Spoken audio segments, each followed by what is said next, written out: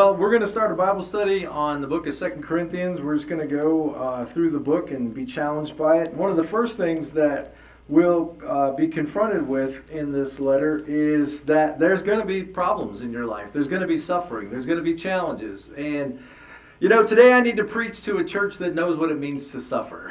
If you don't know what it means, then you got 30 minutes from it to make you suffer.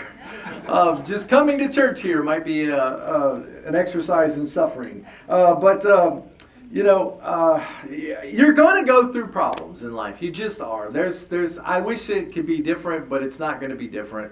If you don't feel like you've suffered much in this life, then you're probably, maybe 20, and just wait a while because it's coming. And I don't mean that to be like a bearer of bad news. I'm not trying to be prophetic or forecast something awful in your life. I'm not speaking evil upon you or anything like that. I'm just trying to be real with you that it's probably going to be in the form of physical suffering, or relationship suffering, or maybe financial suffering.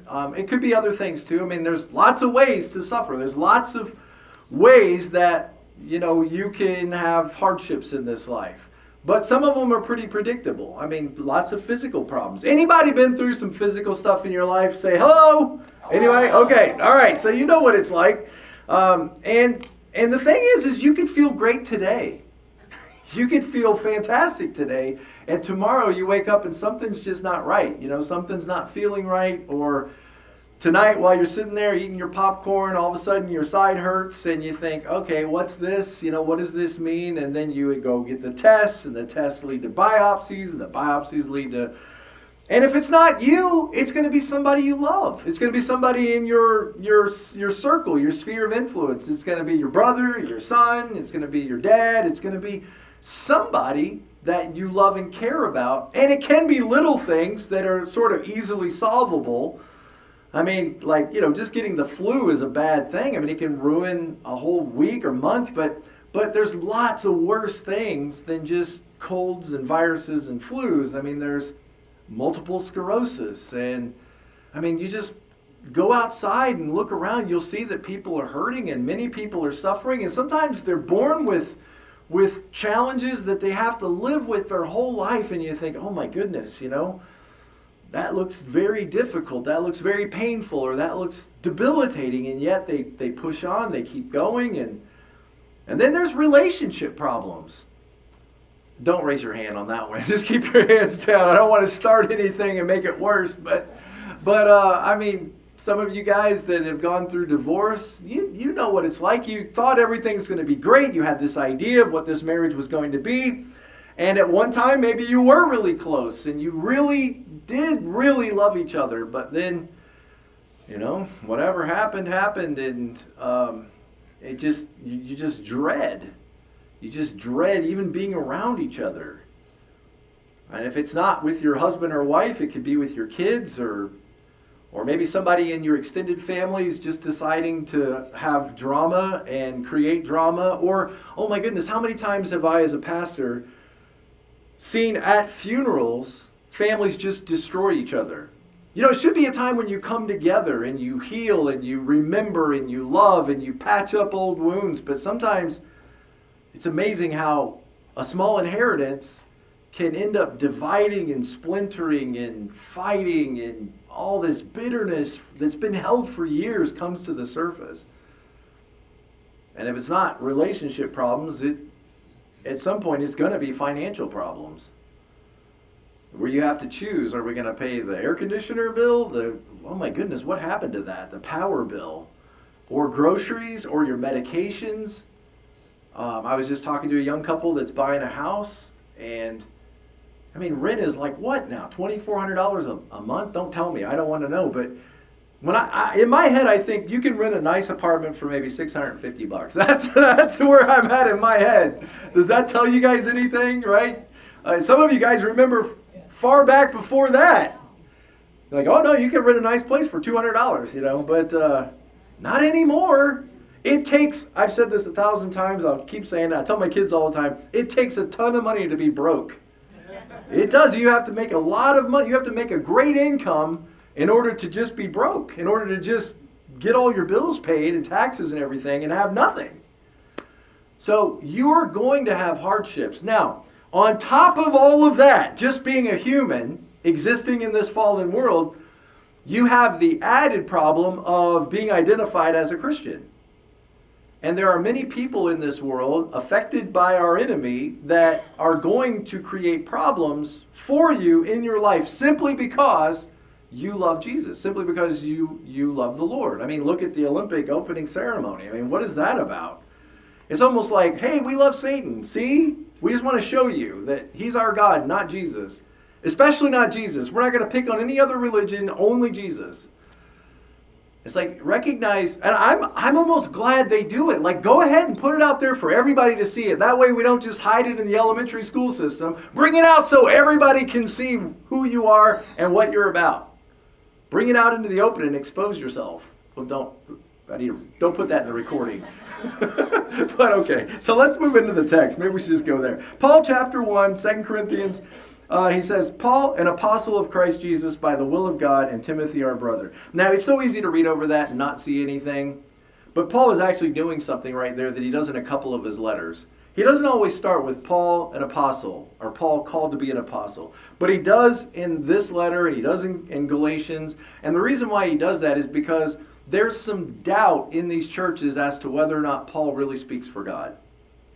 And realize, like, this idea of an apostle, it is somebody who was with Jesus from his baptism to his death and resurrection and his ascension. It's somebody through whom God is speaking in order to preach the truth or to write the scriptures. The Spirit of God moves in the apostles to not only preach the truth, but also to record his heart and his words for the church. Now we have, in our day and age, you'll hear people use that term apostle, but it's not in the same sense of what these guys were. They might mean ones who've been sent out by the church as missionaries or whatever, but these are people specifically selected by Jesus. And Paul's a unique case. He comes along later. Remember, he's blinded on the road, and Jesus himself speaks to him, Saul, Saul, why do you persecute me? And Paul is called by God for a very specific office of apostle, and there are false teachers in these churches going around behind Paul suggesting that Paul really doesn't know what he's saying. Yeah, he's had a great experience, and yeah, it's amazing what God's done in his life. Yeah, he's got a lot of good things to say, but he's not telling you the whole message. And they started to undermine his message, and basically they wanted to put a lot more of the Old Testament laws and rules and instructions into what Paul was saying. Paul's saying you can be saved by grace through faith. All you do is submit and surrender and give yourself to the Lord, and God will forgive you and justify you. And all of that is 100% true. And Paul has a lot to say about holy living and righteous living, but that's after you're a saved person. Well, these false teachers would come in and basically tell people, unless you get all these rules and laws right, you're not really a Christian. And so they would undermine Paul's clear teaching by adding lots of laws and rules onto what the New Testament prescribes for us. And so people were scratching their heads saying, well, maybe Paul's not really speaking for God like we thought he was. So when Paul has an opportunity to write, notice what he does. Paul, called to be an apostle. And in fact, he even talks about visiting with the super apostles, Peter, James, and John. And basically he listened to those super apostles that everybody knows, loves, and respects. And he said, I listened to them, and they didn't add anything to what I was already saying, because I was already speaking for God. So even though you might just read that pretty quickly, notice that the early church, when they read this, they would hear it as, Paul, the guy that you're supposed to listen to if you really love the Lord. That's what they're hearing, is I'm speaking for God. God is speaking through me to preach his truth into your life, or to write his truth for you. God is inspired, and his word is inspired through this writer in this letter. And with that are claims of authority, that we are supposed to submit to the authority that God has established, and one of those offices is apostle, through whom he's entrusting the writing of his word. To the church of God in Corinth, together with all of his holy people throughout Achaia, or modern-day Greece. And I don't think it's one specific church as much as it is multiple churches in and around the city of Corinth. So think like house churches. They didn't have facilities, so we know what that's like. They met in each other's homes, and they would have passed this letter around among those churches, and it would have dealt with specific problems that these believers were having or questions they were having. And he says, "Praise be to the God and Father of our Lord Jesus Christ." What a great way to start a letter. We start our worship service that way, with let's start by praising the Lord. And in a sense, it sets our hearts right. It gets our heart in the right frame of mind. It drives out anything that shouldn't be here. We're saying, all right, God, you're in charge of this worship service. We need to hear from you. We need to interact with you. And we're going to start by praising you for who you are. So praise be to the God and Father of our Lord Jesus Christ, the Father of all compassion and the God of all comfort, who comforts us in all our troubles, so that we can comfort those in any trouble with the comfort we ourselves have received from God. Now, what's he saying there? Read between the lines is life is hard, life is difficult, life is rough, and into everybody's life is going to come some measure of trouble. And when you're in that trouble, in that pain, you're caught in that anxiety, your mind is spiraling down, you feel overwhelmed, anxious, angry, upset. Am I talking to anybody? Does anybody, maybe I need to preach to the church down the road. Maybe you guys don't experience this, but pretty much everybody understands that there's going to be times when you're not doing well. At other times, when you're doing well, everything's great. You don't even think about it. You just feel like you're in default mode and you can make all your decisions and you can handle everything on your own and life is good and it's sunny outside and there's great music on the radio. You got plenty of food in your pantry and everything's great. Everybody's healthy, everybody's happy, it's all good. But in those moments when life is not like that, it's easy to get overwhelmed. It's easy to get frustrated. It's easy to lash out at the people that you love most and that love you the most. And what do you do in those moments? Where do you get any hope? Where do you get settled? How are you strengthened? Well, notice he says, the God of all comfort and compassion. Now, when we ask God for comfort, probably what we're really asking for is, God, whatever this problem is, please make it go away. If we're honest, that's pretty much what we're asking. God, I've just found out that I have this bad news. I just found out that I got this problem. I just found out that this is in front of me. Lord, please, I can't handle it. Please take it away from me. Fix it, resolve it, get us to the right doctor. Open up your doors and pour out your blessing and make this problem go away.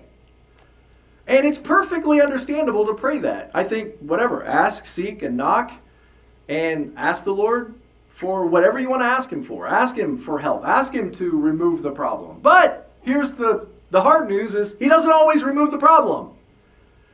And anybody in here who's over 40 can understand and tell you their stories. And probably some of you guys that are younger can say, yeah, I remember a time when I was faced with this challenge or this problem, and I prayed about it and prayed about it and prayed about it, and God never took the problem away. In fact, I had to learn to live with it.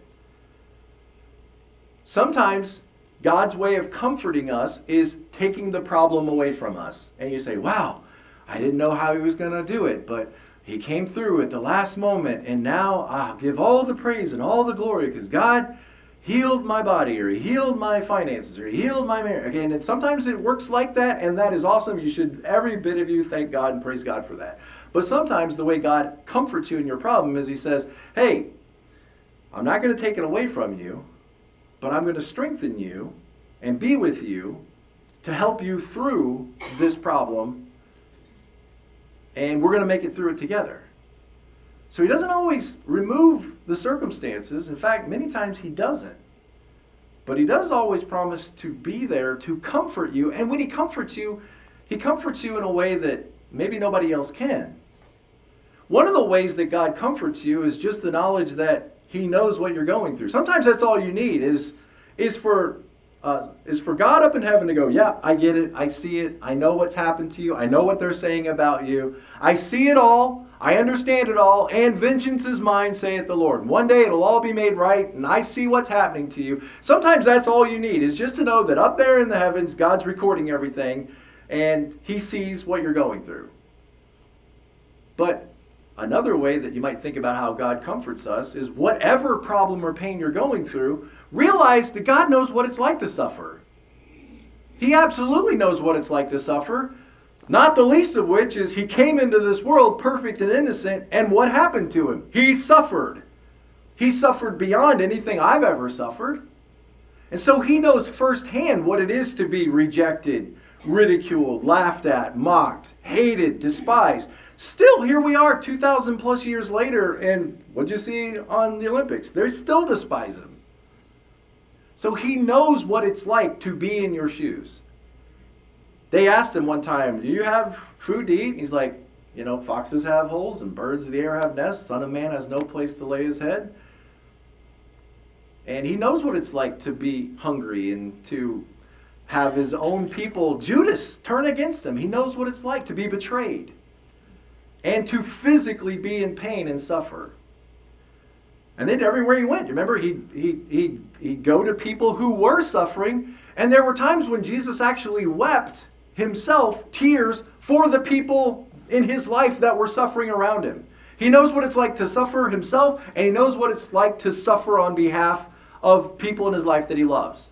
And then just think, God designed this world perfectly with no sin, and everything was wonderful and amazing, and it's all ruined now because of sin. God suffers in that his creation does not honor him as we were designed to honor him. And to think, every one of us whose heart turns away from the Heavenly Father, think of how much he must suffer. I talked about a boss who weeps for her employees that are moving on to better jobs. Think about how God's heart breaks and weeps when his own children reject him, deny him, shake their fist at him, and hate him.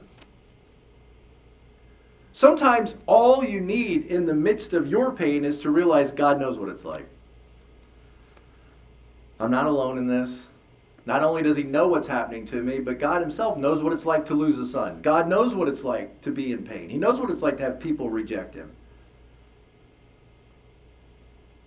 So God can comfort us because he gets us. He understands us. And then I think another way God comforts us is he uses his people in our lives to comfort us. Other people in the church, other people in his family. And sometimes God even uses people who aren't in the church. He uses anybody. The king's heart is in the hand of the Lord. He'll use Nebuchadnezzar, and he'll use Pharaoh, and he'll use people who don't even know they're being used by him. God will speak through them into your life to bring comfort, hope, and encouragement to you. Now, it's much better when you're a willing participant in this, and you say, God, please use me to speak life and encouragement into other people. But he uses his church to encourage you and to comfort you. And guess who he often uses? People who know what it's like to suffer. So your suffering isn't wasted. It's used to encourage other people. Let me give you an example. I was listening to a preacher last night, and he was talking about a friend of his who was a Bible teacher. And he said the man's name was Chuck. I don't know him, but he said Chuck was teaching Bible classes. This preacher was sitting in it, Bible classes. And he said he started talking about how when he was a young man, him and his wife were both in ministry, and they were excited. They're going to have a new baby. Well, the baby was born, the baby lived, and then the baby died. And he just talks about how devastated he was, and his wife was, at the loss of their infant child, as anybody would be. I hate to even talk about this because maybe somebody in here knows what that feels like. It's awful. It's terrible. It's the worst. I mean, it's the worst. And of course, he and his wife were devastated, as anybody would be devastated by that. And you go through all of the cycle of asking God and questioning God and angry with God and what did we do? How did we cause this? Maybe we could have more. Maybe we should have. Maybe we ought to have. And then at some point you're comforted by God, and you never really perfectly heal, but you move on with life. You go on with life. And he said what he was surprised about going on is how many times he would hear about a family whose child died. And every time he would hear about a family in the future who had a child that would die, or especially a young child that would die, he would go back through all those feelings again himself. And he said, now here's the amazing thing that happened. Now as an old man teaching in a Bible college, he said, here's the amazing thing that happened. Every time any family in the whole central part of the state of Florida, every time some family in one of the churches lost a child, every preacher called Chuck. And they said, hey Chuck, we got a family in our church, their child just died in an accident, and could you come to the hospital? Could you come and help that family? And he'd say, I'm on my way. And what he found is this terrible thing that he and his wife went through created the opportunity for him and his wife to minister to all kinds of people who themselves were suffering. Because when you're at the bottom, when you're in despair, realize anybody could say something to help you. Anybody could come into your life and God could use them to help you. But there's a part of you that wants to hear from somebody who knows exactly what you're going through.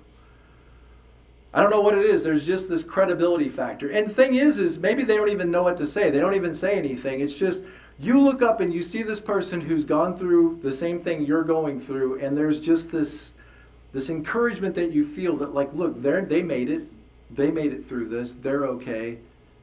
Maybe there's hope for me. And when you go through some overwhelming circumstance in your life, and who knows what opportunity God can turn that into for your life and ministry. And it's not that you want these terrible things. Nobody, you don't want these things to happen to yourself or to the people that you love, but they're going to happen, and from them good can come. And he says, if God has comforted you, then notice you have this responsibility then to comfort others with the comfort you have received. In fact, one of the names given to the Spirit of God is the Comforter. That God is with us, not only to encourage us and to embolden us, but also to comfort us and to patch us up when we got nothing left. And the church is supposed to do this for each other. I mean, what a great model for us to aspire to really be there for one another. For just as we share abundantly in the sufferings of Christ, so also our comfort abounds through Christ. If we are distressed, it is for your comfort and salvation. If we are comforted, it is for your comfort, which produces in you patient endurance of the same things we suffer. And our hope in you is firm. Notice where he goes. When you are dread, despair, discouraged, look at what you need. You need some hope.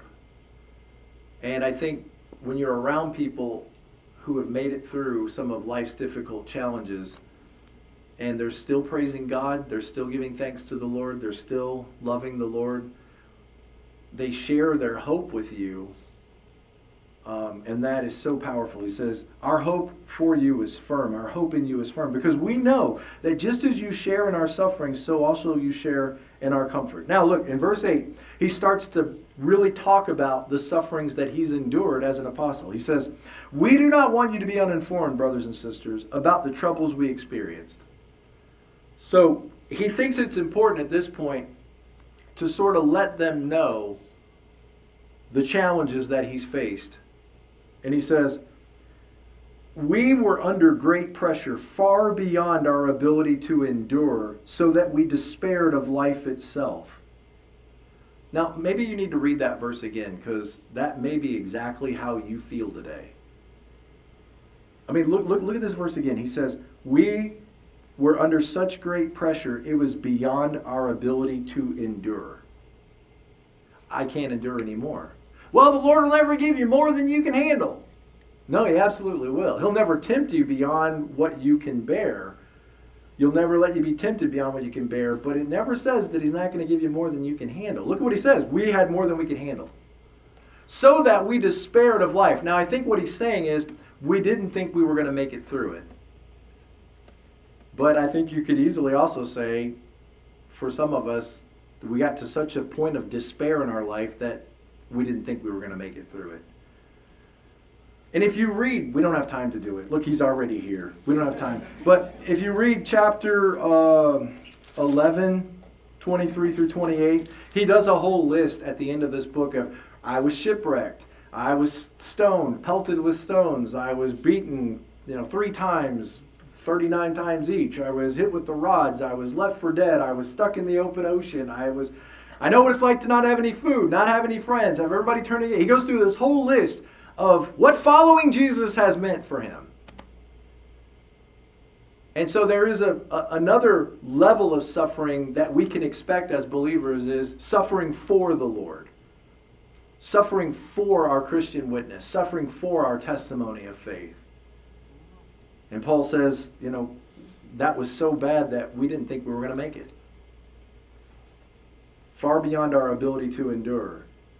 And yet, what does he say? He says, all of this happened that we might not rely on ourselves, but on God. And there it is, guys, right there. Is when you don't think you can make it, say that out loud. God, I don't think I can make it. It's a good thing I'm not alone. It's a good thing you're here with me. It's a good thing that every step I take, you're there with me. Because he is with you.